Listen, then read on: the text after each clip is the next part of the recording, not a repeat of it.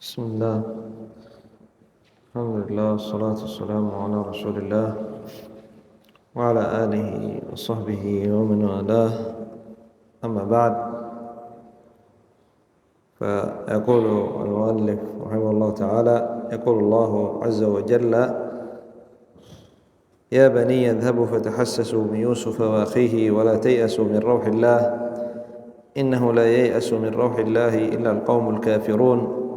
فلما دخلوا عليه قالوا: يا أيها العزيز مسنا وأهلنا الضر وجئنا ببضاعة مزجاة فأوف لنا الكيل وتصدق علينا إن الله يجزي المتصدقين.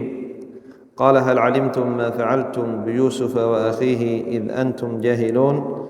قالوا: أئنك لأنت يوسف؟ قال: أنا يوسف وهذا أخي قد من الله علينا إنه من يتقي ويصبر فإن الله لا يضيع أجر المحسنين.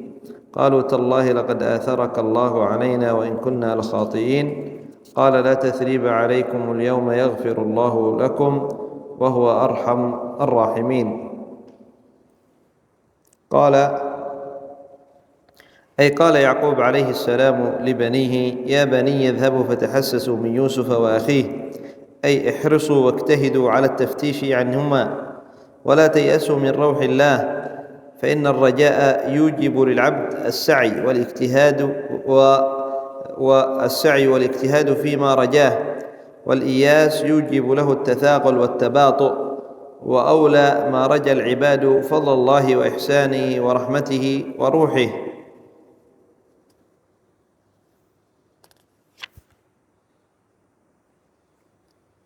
إنه لا ييأس من روح الله إلا القوم الكافرون، فإنهم لكفرهم يستبعدون رحمته ورحمته بعيدة منهم، فلا تتشبهوا بالكافرين. ودل هذا على أنه بحسب إيمان العبد يكون رجاؤه لرحمة الله وروحه.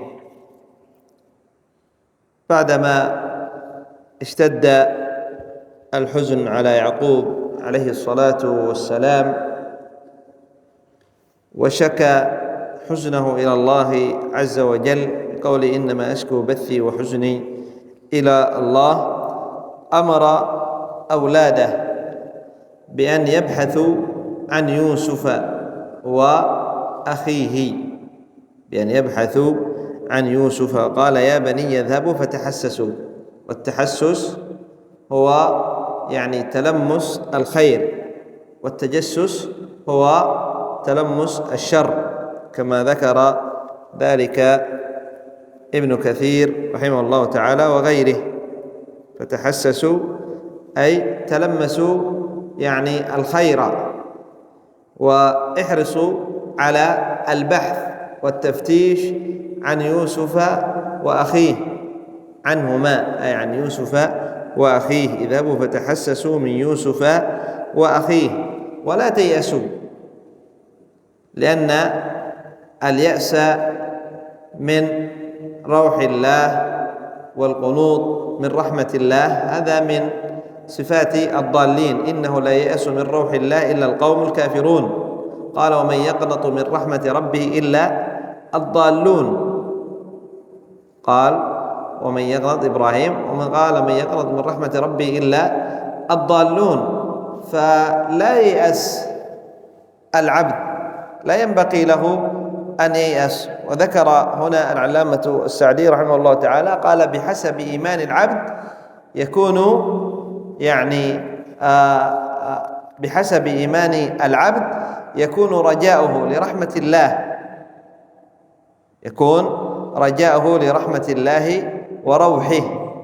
فالعبد المؤمن كلما قوي إيمانه كلما قوي رجاؤه من رحمة الله ومن روح الله، وكلما ضعف إيمانه كلما قل رجاؤه من رحمة الله ومن روح الله، وكثر يأسه.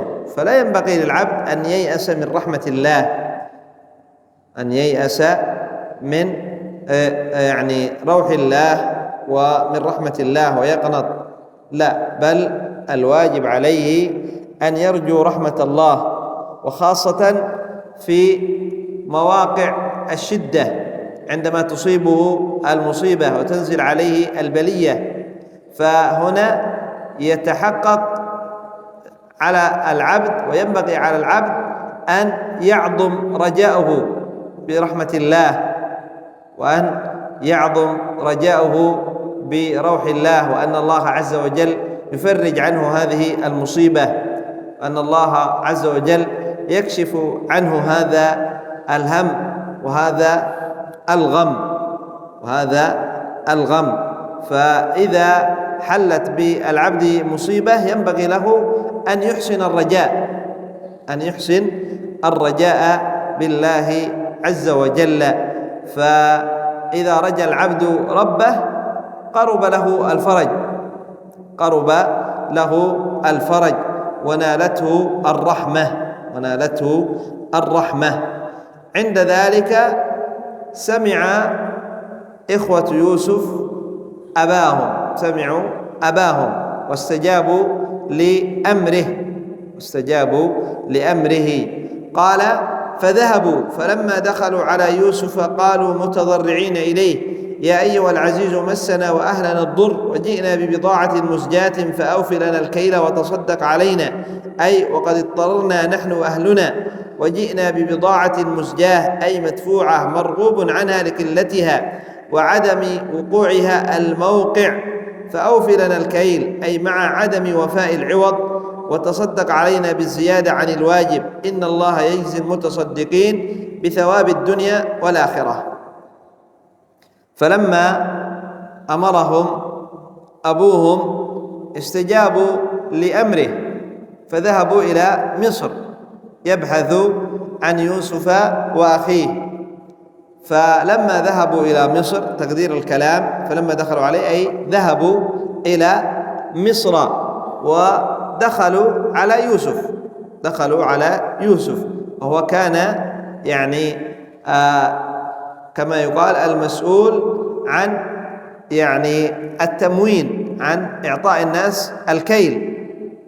قال: اجعلني على خزائن الأرض إني حفيظ عليم. فلما دخلوا على يوسف، ذهبوا ودخلوا على يوسف، يعني أظهروا حاجتهم وأظهروا ما أصابهم من يعني الحاجة، من الجوع والشدة.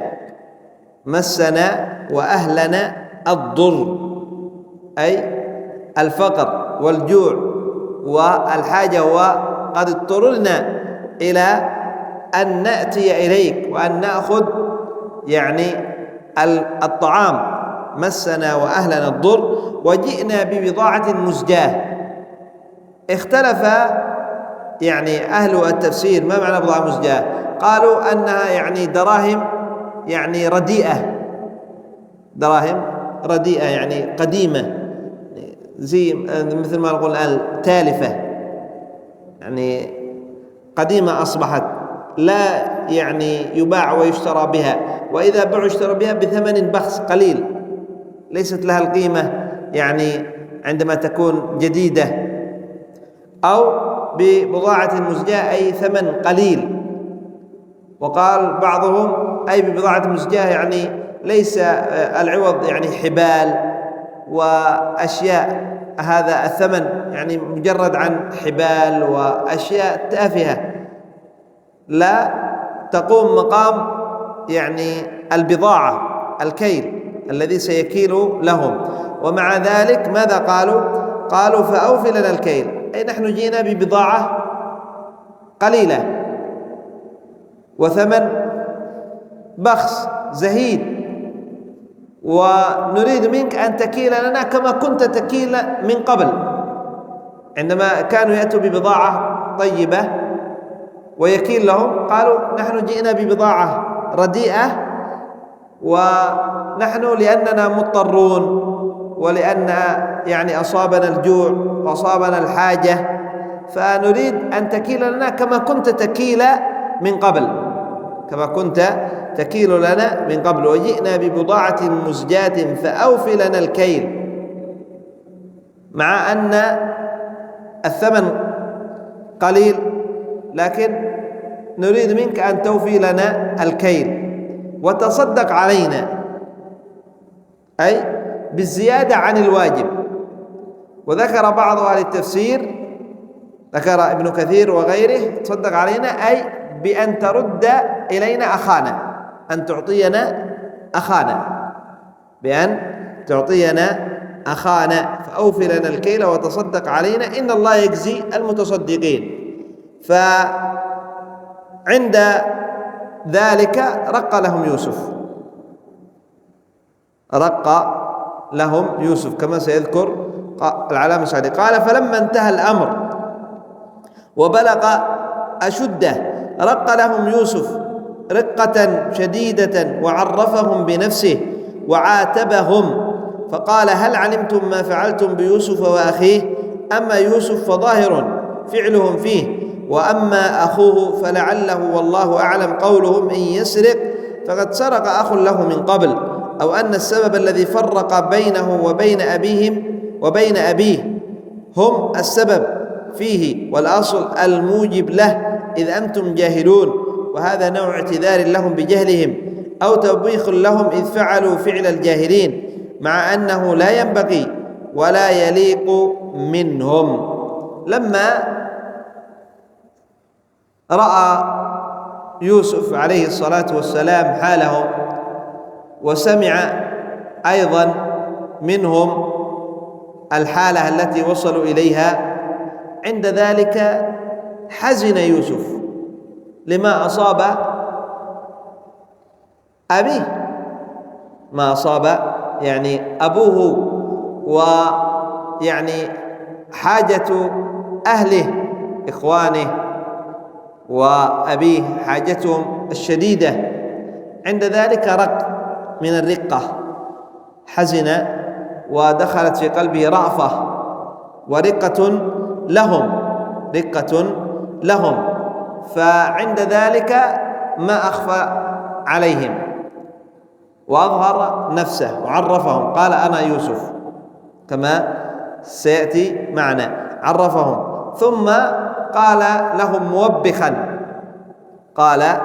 لهم موبخا يعني: هل علمتم ما فعلتم بيوسف وأخيه؟ يعني من يعني كيدكم ليوسف، وما فعلتم بأخيه عندما قلتم إن يسرق فقد سرق أخ له من قبل. هذا توبيخ لهم، يذكرهم ما حصل منهم من الأعمال التي لا ينبغي أن تصدر منهم ولا يليق بهم. هل علمتم ما فعلتم بيوسف؟ يوسف أمر ظاهر، كادوا له المكيدة. وأخيه، ماذا فعلوا بأخيه؟ هم ما فعلوا شيء، هم أخذوا أخاهم لأجل أن يكتالوا، وحصل تلك القصة. قال العلامة السعدي قال: فلعله قولهم إن يسرق، اتهموه بأنه مثل أخيه فقد سرق أخ له من قبل. هذا الذي فعلوه بأخيهم، هذا الأمر الذي يلام عليه ويوبخ عليه، وإلا هم ما فرطوا في بنيامين، إنما فرطوا في يوسف. ولكن التوبيخ لهم فيما حصل لهم تجاه بنيامين هذه الكلمة، قالوا: إن يسرق فقد سرق أخ له من قبل. قال: فعرفوا أن الذي خاطبهم هو يوسف، فقالوا: أئنك لأنت يوسف؟ قال: أنا يوسف وهذا أخي، قد من الله علينا بالإيمان والتقوى والتمكين في الدنيا، وذلك بسبب الصبر والتقوى، فإنه من يتقي ويصبر، أي يتقي فعل ما حرم الله ويصبر على الآلام والمصائب وعلى الأوامر بامتثالها، فإن الله لا يضيع أجر المحسنين، فإن هذا من الإحسان، والله لا يضيع أجر من أحسن عملا. عند ذلك علموا أن الذي خاطبهم هو يوسف، فقالوا: أئنك لأنت يوسف؟